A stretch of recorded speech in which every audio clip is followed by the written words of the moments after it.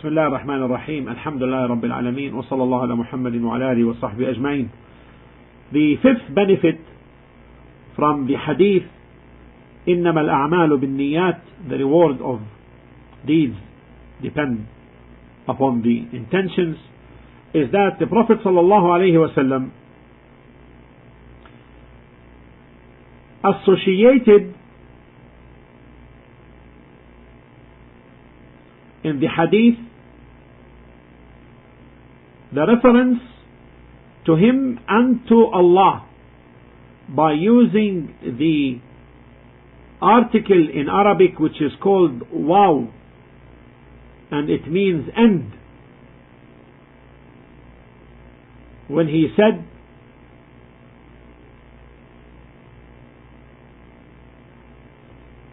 sallallahu alaihi wasallam said, then his migration is for Allah and his messenger.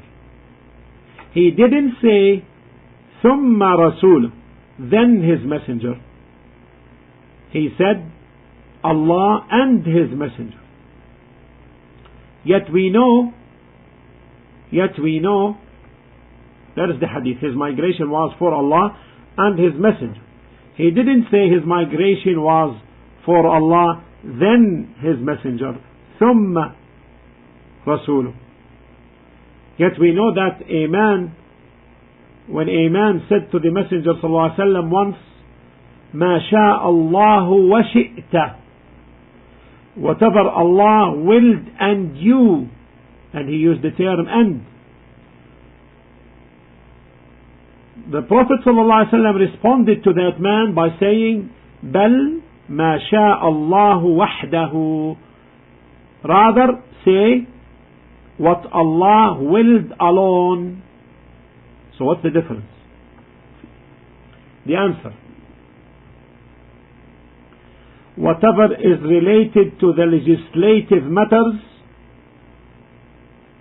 then it is stated with the article and, with the article waw, which means and.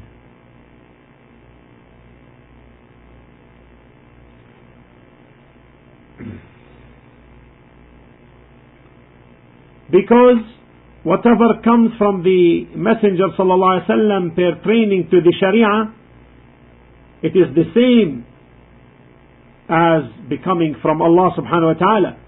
And the evidence for this is in the saying in Surah An-Nisa chapter 4 verse 80, من يطع الرسول فقد أطاع الله. Whoever obeys the messenger, then indeed he has obeyed Allah. This is pertaining to the legislative matters. However, with respect to the kawni matters, to the universal matters, then it is not permissible to associate anyone with Allah by using the term and, because everything is under the will of Allah subhanahu wa ta'ala, nothing escapes him. So if someone now says, is it going to rain tomorrow? If your answer becomes like this, Allah and his messenger knows best, then this is wrong, because the messenger sallallahu alaihi wasallam has no knowledge of this matter.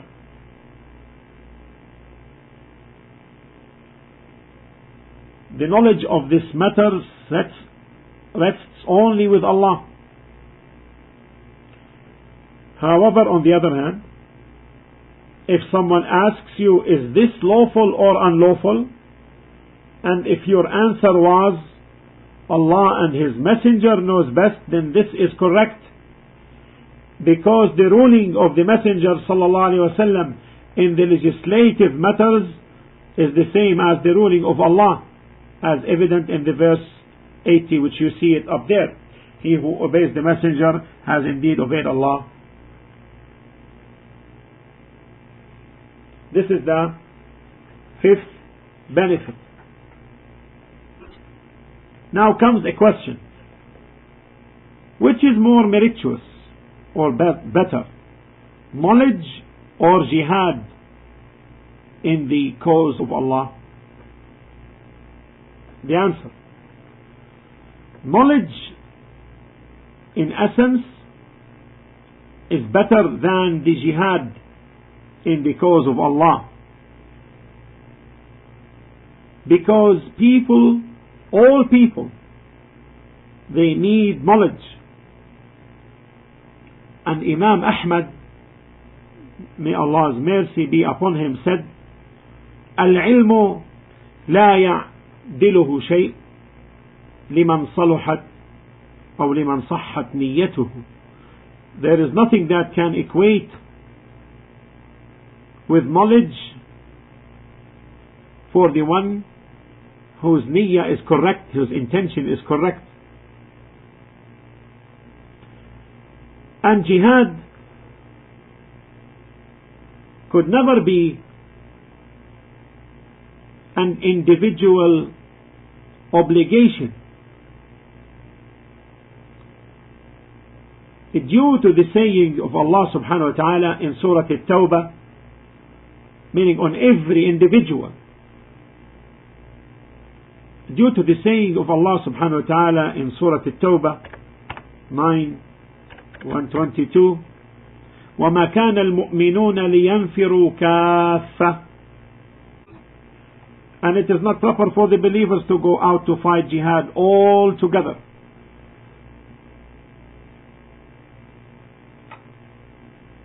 Had it been therefore an individual duty on all Muslims, then how can we answer the statement there in the verse of every troop of them a party only should go forth? So there is a party that's going to sit for what? They are left behind that they may get instructions in Islamic religion, لِيَتَفَقَّهُ فِي الدِّينِ, to gain knowledge in religion, and that they may warn their people, وَلِيُنذِرُوا قَوْمَهُمْ, when they return to them, so that they be aware, etc. However, the situation differs with respect to the doer and with respect to the timing. So we may say to a certain person, it is better for you to perform the jihad. And we may say to the other, it is best for you to seek the knowledge. So if the person is a brave, strong, active, and not that much in terms of intelligence, then it is better for him to perform the jihad. This would be more fitting. However, if he is qualified with strong intelligence and good memory, strong in evidence, then it is better for him to seek the knowledge.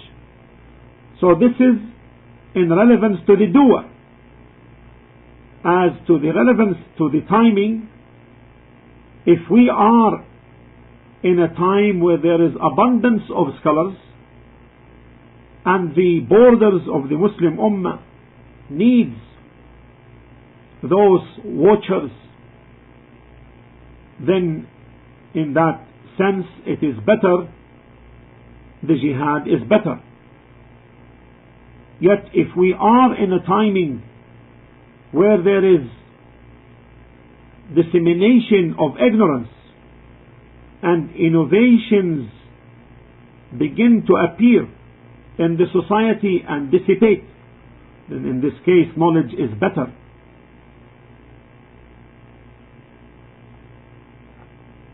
And there are now three matters that demand the seeking of knowledge. There are three matters that demand the seeking of knowledge. And these are when the evil of innovation sprouts,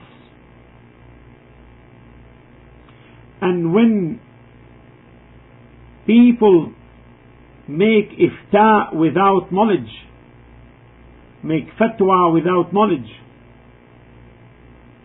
And when there is so much argumentation regarding the matters of knowledge,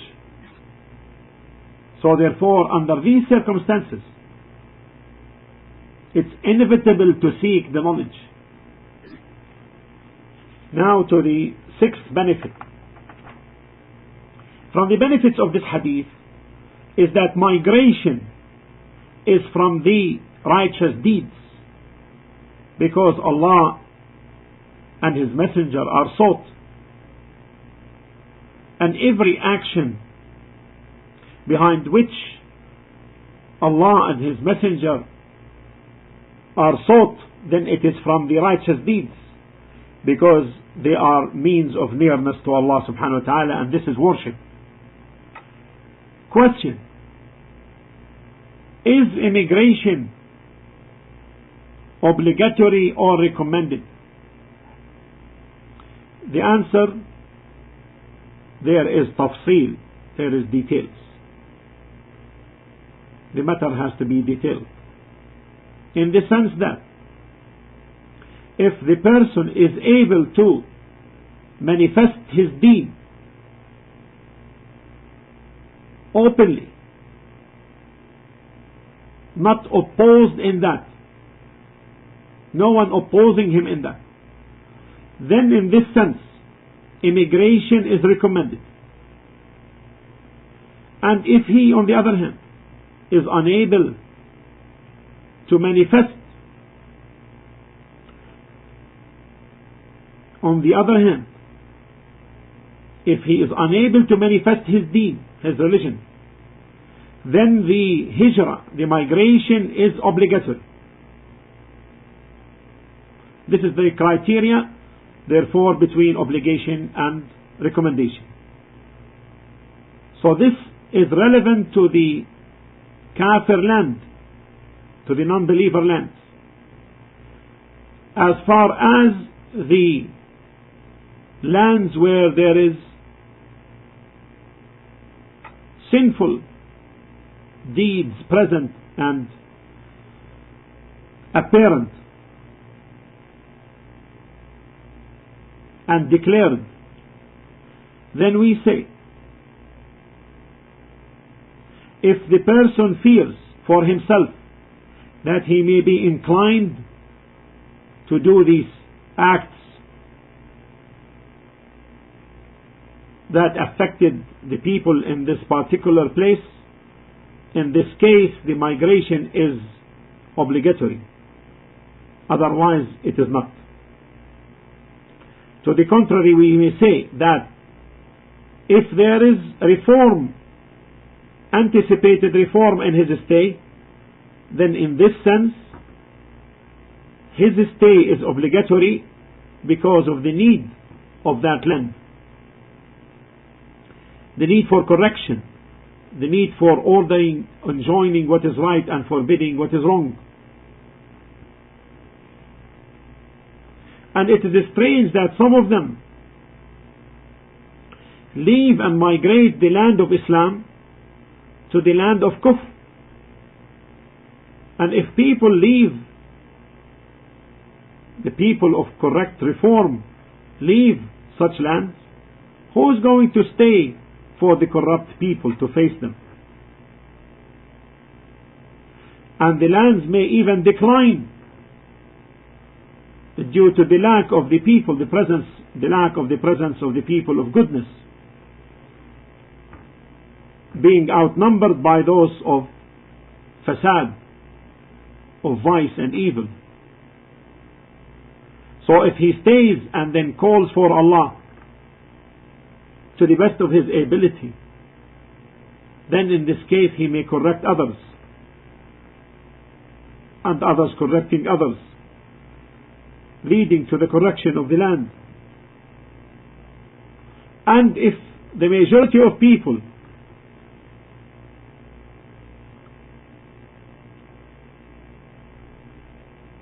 are reformed, meaning religiously, then it is also that it is likely that the one in authority may be corrected himself, even by way of pressure. But unfortunately, it is those righteous themselves who divide amongst themselves and resort to partisan, and their words differ due to some differences regarding certain matters from the deen, whereby the difference in these matters should be tolerable. This is really real, especially in the lands where Islam is not firmly established. You see them sometimes fighting at enmity and compete in division rather.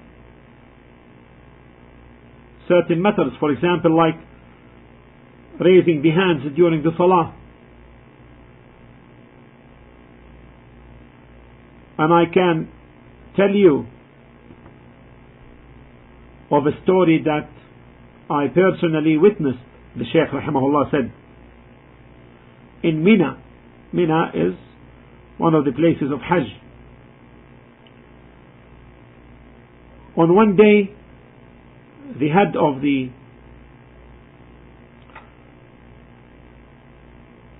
Dawah educational program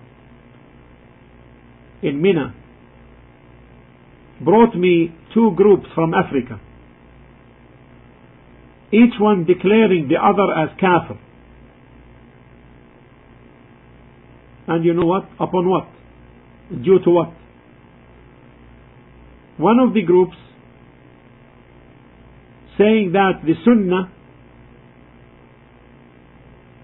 after standing up from ruku' is that the person in prayers put his hands on his chest, and the other group says that the sunnah is to leave them relaxed, extended, and this is a subsidiary matter, easy, it's not from the fundamentals.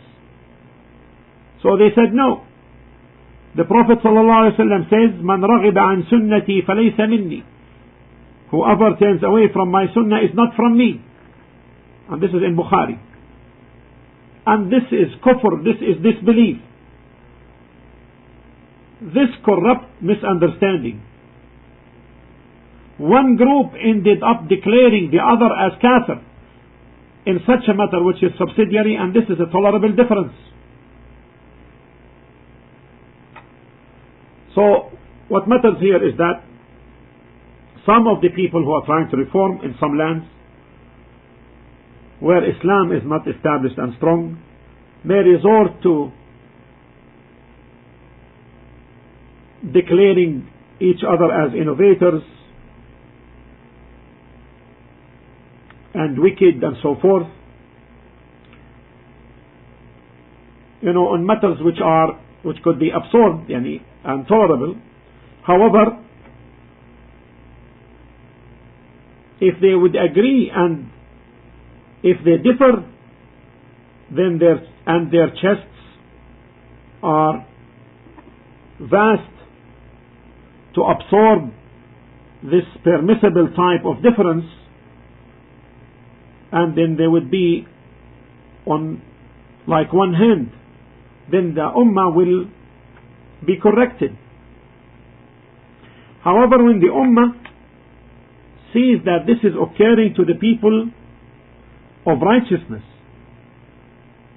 that enmity and disagreement and dispute taking place in these matters of deen, then the ummah will turn away from them and from the good that they have. Rather, people may even turn away from the religion due to that, and this really occurred. We seek refuge in Allah from this. You see the young man entering the fold of istiqamah, of righteousness, that the religion is good and guidance and opening of the chest and a tranquil heart, then he sees what he sees from the actions of disputes between those who are on righteousness, very intense and so forth, and enmity between them. So he leaves uprightness. He sees that he didn't find what he sought. And to wrap it up, the immigration from the land of Kufr is not like the immigration from the land of Fisq, where sinful or sins are spread. So in that sense we say to the person, Isbir, persevere and anticipate the reward from Allah, especially if you are trying to correct. Rather, it may be said that the immigration in your situation may be unlawful for you to leave. This brings the end of the discussion of the first hadith, and Allah the Most High knows best. Alhamdulillah Rabbil Alameen, wa sallallahu ala Muhammadin wa ala alihi wa sahbihi wa sallam. Inshallah tomorrow we'll start the second hadith in the book of Imam al-Nawawi, Al-Arba'un al-Nawawi, the fourth hadith, as explained by our Shaykh Muhammad bin Salih al-Uthaymeen rahimahullah ta'ala. Wa jazakumullah khair wa barakallahu feekum wa assalamu alaikum wa rahmatullahi ta'ala wa barakatuh.